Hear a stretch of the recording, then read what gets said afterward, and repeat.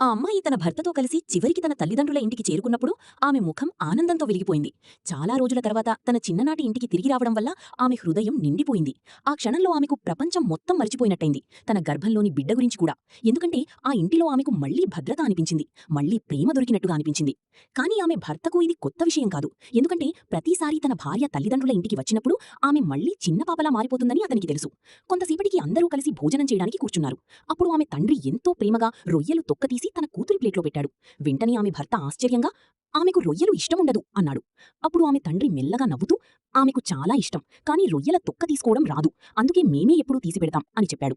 ఆ మాటలు విన్న వెంటనే ఆ అమ్మాయి కళ్లలో ఆనందం మెరిసింది. ఎందుకంటే తన కుటుంబంతో ఉన్నప్పుడు ఆమెకు ఎలాంటి భయాలు ఉండేవి కాదు, ఎలాంటి బాధ్యతల ఒత్తిడి ఉండేది కాదు. ఆమె స్వేచ్ఛగా తినేది, స్వేచ్ఛగా నవ్వేది, స్వేచ్ఛగా జీవించేది. ఆమె తల్లిదండ్రులు ప్రతి చిన్న పనిలోనూ ప్రేమను చూపించేవారు. ఆమెను పెళ్లైన పెద్ద మహిళగా కాదు, ఇప్పటికీ తమ చిన్న బిడ్డగానే చూసేవారు.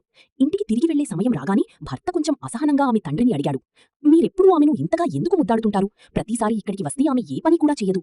అప్పుడు ఆమె తండ్రి మెల్లగా నవ్వి, "మా కూతురిని మేము ముద్దాడకపోతే ఇంకెవరు చేస్తారు?" అనన్నాడు. భర్త నిట్టూర్చి, "నేను కూడా ఆమె కోసం ఉన్నాను కదా" అని చెప్పాడు. ఈసారి మాత్రం ఆమె తండ్రి ముఖంలోని చిరునవ్వు మాయమైంది. కళ్లలో నీళ్లు మెరిశాయి. కంపించిన గొంతుతో ఇలా అన్నాడు, "మా కూతురు ఇప్పుడు మీ ఇంట్లో శాశ్వతంగా జీవిస్తోంది. అక్కడ మీరు లేదా మీ కుటుంబం ఆమెతో ఎలా ప్రవర్తిస్తున్నారో మాకు తెలియదు. అందుకే ఆమె ఇక్కడికి వచ్చినప్పుడు మేము చెయ్యగలిగినంత ప్రేమ ఇవ్వాలని ప్రయత్నిస్తాం. ఆమెను కాపాడాలని చూస్తాం, మేము ఉన్నంతవరకు." ఆ మాటలు ఆ వ్యక్తి గుండెను గట్టిగా తాకాయి. ఎందుకంటే ఒక్కసారిగా అతనికి నిజం అర్థమైంది.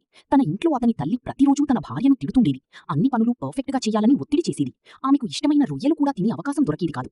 ఉదయం నుంచి రాత్రి వరకు ఆమె పని చేస్తూనే ఉండేది. ఇల్లు శుభ్రం చేయడం, వంట చేయడం, మళ్లీ శుభ్రం చేయడం. అంతేకాదు, ఆమె గర్భంలో వారి బిడ్డను మోస్తూనే ఈ బాధను నిశ్శబ్దంగా భరించేది. ఇంటికి బయలుదేరే ముందు ఆమె తల్లి మెల్లగా వంగి తన కూతురి చెప్పుల లేసులు కట్టింది. కన్నీళ్లు దాచుకుంటూ చిరునవ్వుతో, "ఏమీ ఆలోచించకు, అమ్మ ఉంది కదా" అని చెప్పింది. ఆ చిన్న క్షణమే ఆ అమ్మాయి హృదయాన్ని పగలగొట్టింది. ఎందుకంటే తన బాధను నిజంగా అర్థం చేసుకున్నవారు తన తల్లిదండ్రులే అని ఆమెకు తెలిసింది. తన బలవంతపు చిరునవ్వుల వెనక దాగి ఉన్న అలసిన అమ్మాయిని వాళ్లే గుర్తించారు. అప్పుడే ఆమె తండ్రి ఆమె భర్త దగ్గరకు వచ్చి మెల్లగా అన్నాడు, "మేము ఆమెను ప్రేమించేంతగా నువ్వు ప్రేమించాలని ఆశ లేదు. కానీ సమయం దొరికినప్పుడల్లా ఆమెను మా దగ్గరకు తీసుకురా, అంతే." ఆ మాటలు వినగానే ఆ వ్యక్తి మనసు పూర్తిగా మారిపోయింది. తిరుగు ప్రయాణంలో కారు నడుపుతూనే అతని చెవుల్లో ఆమె తండ్రి మాటలు మళ్లీ మళ్లీ మారుమోగాయి. ఒక్కసారిగా అతను కారు వేగం తగ్గించి యూటర్న్ తీసుకున్నాడు. ఆమె ఆశ్చర్యంగా అడిగింది, "హనీ, ఎక్కడికి వెళ్తున్నాం?" అతను మెల్లగా నవ్వుతూ అన్నాడు, "నీ ఊరి ప్రకృతి చాలా అందంగా ఉంది, ఇంకొంచెం చూడాలని అనిపించింది." ఆమె ఆశ్చర్యంగా, "ఇంతసార్లు చూశావు కదా" అని అడిగింది. అప్పుడు అతని కళ్లలో కన్నీళ్లు మెరిశాయి. "ముందు నేను దీన్ని కళ్లతో చూశాను, కానీ ఇప్పుడు హృదయంతో చూస్తున్నాను" అని చెప్పాడు. ఆ మాటలు విన్న వెంటనే ఆమె ఏడ్చేసింది.